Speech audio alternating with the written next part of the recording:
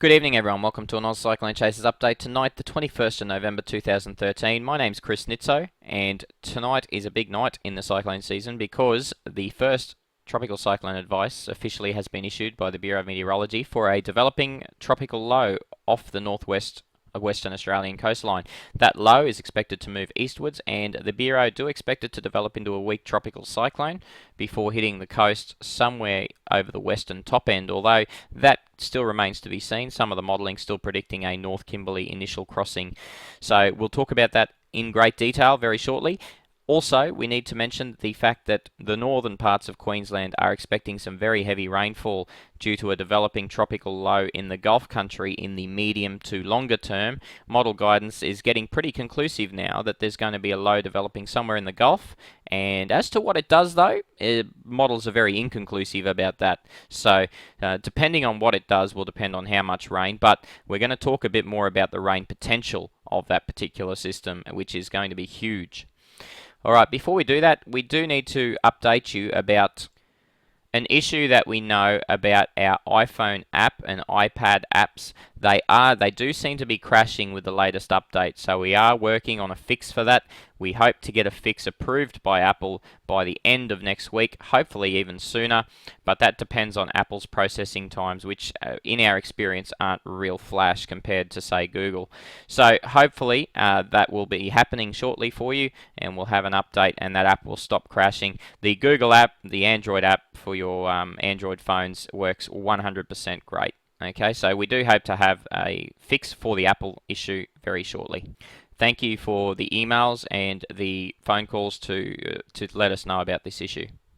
And here it is, woohoo! Big day in the cyclone season. A tropical cyclone advice has been issued for the northwestern, far northwestern and northern parts of Western Australia. Now, you can see here the expected track of this system is just to the north of the coastline. However, some of the models suggest that the centre may actually hit the coastline. Some of them suggest it could go a little way further to the north. So you can see there's a fairly big grey area margin here. Not overly huge, but it does incorporate some of the coast from anywhere from Koory Bay through to just north of Wyndham. So anywhere in this region, you could see that sent across the coast. You can see the other thing that I'd like to point out here is the gale radius of this system. There's very little gale to its south, almost to the point where there are no gales to the south at the moment. Well, at the moment there's hardly any gales anywhere, but eventually it's not going to be a very symmetric system by the looks of things. It will be primarily the strong winds will occur in the northern quadrants, so in that sort of region north of the eye will be where all the strong winds will be, with very little strong wind to the south. So that's pretty good news for anyone that this is going to cross through. The other thing is the rainfall. Rainfall is going to be pretty high once again in the vicinity of where it crosses, as well as to the north of where it crosses. So there's some little interesting bits about this particular cyclone that are not necessarily the same for every cyclone. So looking at the intensity, not expected to get past Category 1, which means that Oz Cyclone Chasers are probably not going to bother chasing a Category 1 over there. But if it does look like it will intensify, we will be definitely keeping options open to make a last minute trip out to the western top end.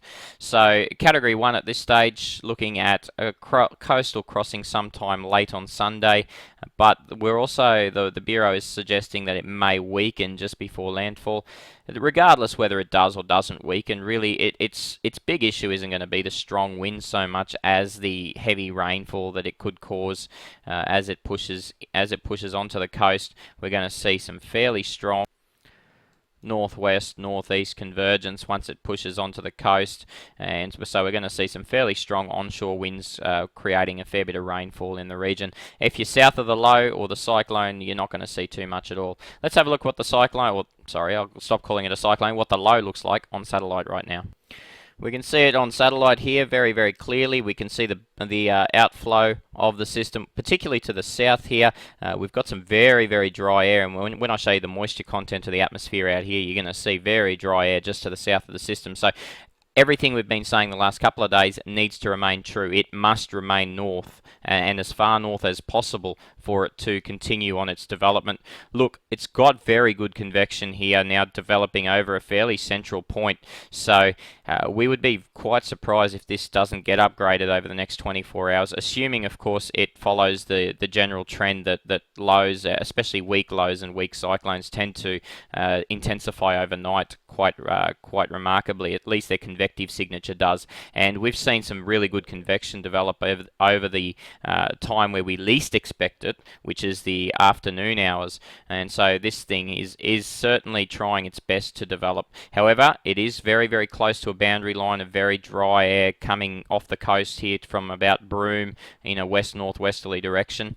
It is along a monsoon trough, which is fantastic, and remembering the last couple of days we've been talking about it not being a very tight system, it has tightened up a lot more, the latest wind imagery suggests. People sometimes wonder about sea surface temperatures this early in the season. No issue whatsoever. The northwest WA was pretty well ready for a cyclone from about September on. So the sea surface temperatures here are not an issue in any way, shape or form. We have 28 to 30 degree temperatures, even up to 30 to 31 degree temperatures here close to the coastline. So no issue whatsoever with sea surface temperatures, even though it's early in the season.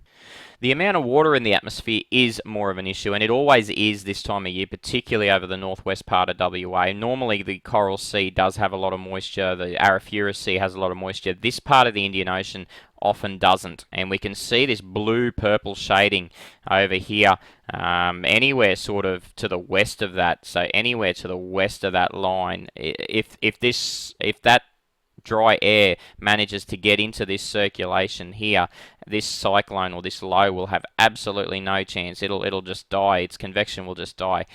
This dry air is a big killer of cyclones in WA, probably as big if not bigger than wind shear. So wind shear is a huge killer of cyclones in the Queensland basin. Dry air is a big killer of the cyclones in the WA basin. So this is the big issue for this system at the moment. At the moment, it's staying in relatively moist conditions well to the east of that dry line, but that dry line will push eastwards as well over the next few days. So it's important that this system stays ahead of that dry line if it's going to intensify. Looking at some upper level analysis and some shear analysis, we can see that the system has a really nice outflow channel out here to the south of it. So it's basically got a really nice exhaust, at least in one quadrant or in one semicircle. So we should see that assist it in intensifying overnight. However, it is still lying in 20 knots of wind shear, or 15 to 20 knots of wind shear, just to the west of an upper level anticyclone. This is the upper level anticyclone here. If it can align itself underneath that, it's going to see a decrease in shear along its track. It's going to see a decrease in shear. So we should, by rights, if everything goes to plan, we should see that system intensify as it heads eastwards in this particular direction here towards the 5 to 10 knots of wind shear. If we look at the latest technical bulletin, it's not expected to become an overly severe system. 992 hectopascals is around about its lowest. As I say, for us to chase that sort of thing, the data that we would collect out of that would be very limited. The footage would be useless to anyone. So unless it starts to show signs of real intensification into a more robust system, a more structured system, a system sort of category 2 plus, we wouldn't be bothering chasing this. And look, it's not going to, at this sort of level, it's not going to be a huge threat to life and property. It is a good little check, though, to make sure that you have got your cyclone kits ready for the major events that might happen later on in the season. As I say, it's not something you take lightly, but it isn't a massive system at this stage, and not a very dangerous system at this stage, and not expected to become one. So 992 hectopascals is a borderline Category 1 tropical cyclone as it tracks eastwards towards the NT coastline. So two models with their ensembles from 10 a.m. this morning have updated, and so we have the GFS model, and its ensemble believes basically a east-southeast to east movement throughout the entire period, and then reforms a system in the Gulf in the longer term. We'll talk more about that shortly, Queenslanders, so don't get too impatient. And the CMC model not a very accurate one, and it's only something we take with a grain of salt, but overall it's suggesting at least an east-southeast to easterly movement in most of its members. Some of it do have it pushing more towards the north, towards the Tiwi Islands, which is a distinct possibility. In fact, the European model, for instance, does push this system just to the south of Darwin when it makes landfall around Wadair. So those people, particularly as I say, to the north of the centre, do need to be aware that it can pack some fairly strong gales and some damaging wind gusts, maybe even some destructive ones. So looking a little bit more in depth at the European model, tomorrow morning at 10 a.m. Queensland time, 8 a.m. WA time, 9:30 Northern Territory time, we see the system out here, well to the northwest of Broome. We see that it's packing most of its winds to the north, a little bit starting to wrap around. As I say, it does look a lot tighter now than it did, say, 24 to even 12 hours ago. So it is starting to tighten up, and that's what the model's picking up. As we head towards Friday night, we see the system continuing to move to the east. As we head towards Saturday morning, we see the system getting extremely close to land here off the far northern Kimberley coastline. We also start to see 23 to 28 knot winds in its northern quadrant. And as we head towards Saturday night, it's touch and go as to whether this thing makes landfall. We start to see just a hint of some gales on its northern side, but really, as I said to you folks, nothing much on the southern side, 15 to 20 knots. So really, it's going to be packing a punch to the north, not much to the south. You can see here it just moves off the ocean, off the land here. It might be just far enough so it doesn't wreck its surface structure. It's not a very well structured system at the best of times, and if it does hit that land, even if it grazes the land, it may muck around with its low level structure and may weaken it completely. But as we head towards Sunday morning, we see that it is now packing gales well and truly on its northern side, probably just more than halfway around there. And as we head towards Sunday afternoon, as it gets close to landfall here, we can see that the area particularly prone to its stronger winds is the area north of where it decides to cross. And so you can see here that this area, anywhere from about the Tiwi south to its landfall point, is where you're going to see the strongest winds. And by Sunday night, it has crossed. It's crossed the coast, and so we're going to start to see those winds initially quite strong, but they'll die down fairly rapidly by about Monday morning. But look, they're still going to be strong enough because it hasn't gone well inland. It's still up around the northern parts of the top end. It's still going to be strong enough, just like you'd associate in the monsoon, 20 to even 30 knot winds even after the system crosses. But look, winds isn't its major issue. And look, rainfall overall, the rainfall estimates of this system aren't overly huge either, because it's expected to then continue moving to the east under the influence of an equatorial ridge. And that equatorial ridging, along with a little bit of upper troughing as well, will continue to push the system eastwards and into the Gulf of Carpentaria. And here's what the Queenslanders and the graziers of the Northern Territory are waiting for this section. So Monday night, the system makes its way close to the Gulf. By Tuesday morning, it's over the Gulf. Now, look, conditions over the Gulf aren't overly favourable for its development into a tropical. At least initially, it's going to be suffering through 15 knots of wind shear, which isn't ideal. However, there are a lot of things going for it in the longer term, and some of the modelling does suggest it may form into a cyclone over the southeastern Gulf of Carpentaria and meander about for a while without going anywhere in a...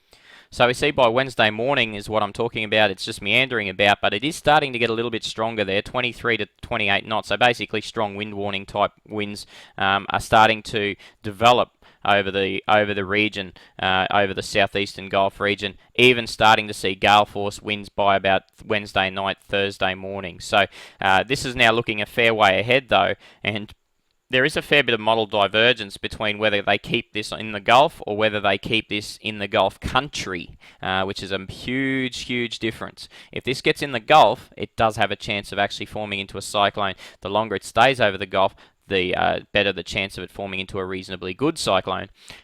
If it goes over the Gulf country, it's going to create a lot of rain in this particular region of the world. Speaking of rain, it's not just going to be limited here. We have a very active northwest to northeast flow, very moist northwest to northeast flow over the entire parts of Australia, and so we'll now go through and look at some rainfall estimates for the region. Thanks to the Bureau, we see that on Friday we start to see more shower and storm activity, more general activity developing over the entire part of Queensland, pretty much, except for maybe the Central Coast, who might miss out, unfortunately. But everywhere in Queensland is starting to look fairly showery and stormy tomorrow. As we saw, we've got northerly winds and northwesterly winds just coming into this region and just pumping moisture into a trough system, which is going to create a lot of shower and storm activity. Some of it will be severe tomorrow, so people do need to pay attention to warnings that the Bureau may issue.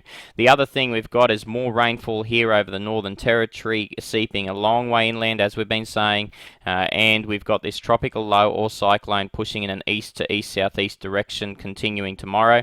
As we head towards Saturday, we're going to see that area spread eastwards or east-northeastwards. We're going to see more rain into the territory and extending further inland. We're still going to see very active conditions over Queensland. We're going to see a trough system once again being pumped by northerly winds. So we're looking at 15 to 20, even up to 50 millimetres in parts, particularly over central inland Queensland. Fantastic rain for them, and parts of southern inland Queensland as well.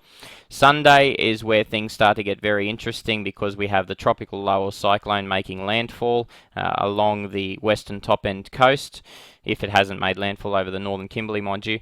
We then have more rain here over the eastern top end, pushing through into the southern parts of the Northern Territory as well.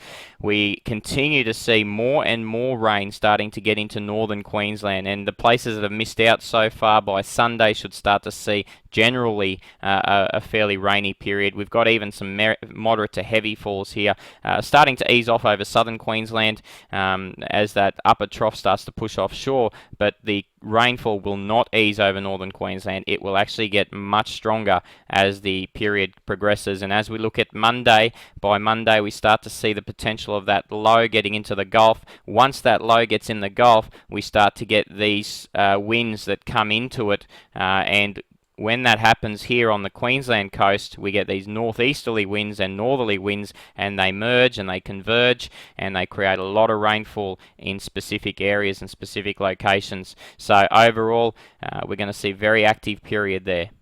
The rains are coming. We've been saying it for a while. The next 4 days, we're going to start to see the onset of all that. Particularly, as I say, Sunday, we're going to start to see some good rainfall totals developing, and that continues on into Monday. Now, if we then look at the 4-day period after that, so we've got falls just in general here over the next 4 days, 50 to 100 mils. Most of Queensland's going to see 25 mils or more, which is fantastic news for most people. 50 to 100 over the top end, getting it to 150 there over the 100 to 150 over the western top end in the vicinity of where that low or cyclone crosses the coast. Anywhere south of Broome misses out altogether for the rain. So WA, sorry folks, you're not getting anything in the Pilbara and southern Kimberley. As we head towards the next 4-day period, the shift of the focus happens over the southeastern Gulf of Carpentaria, where that low or cyclone by that stage is going to be located. Once again, remembering that that low being there is going to create rainfall all over this entire period, this entire part of the coast from about Mackay northwards. And normally in this sort of scenario, the heaviest rain tends to fall just to the southeast of the low, and that's where we see potential for some very strong convergence. So this area in particular, sort of from the Cairns or just north of Cairns region south to about Bowen, would be looking at particularly heavy potential for rainfall if the low does meander about where it's expected to in this region of the southeastern Gulf. Alright folks, that's all we got time for tonight, and we'll talk to you again tomorrow night. It is hotting up, and we're going to get close tomorrow night to seeing some of this good rainfall falling into some gauges. Thanks for tonight. We'll talk again tomorrow. Good night.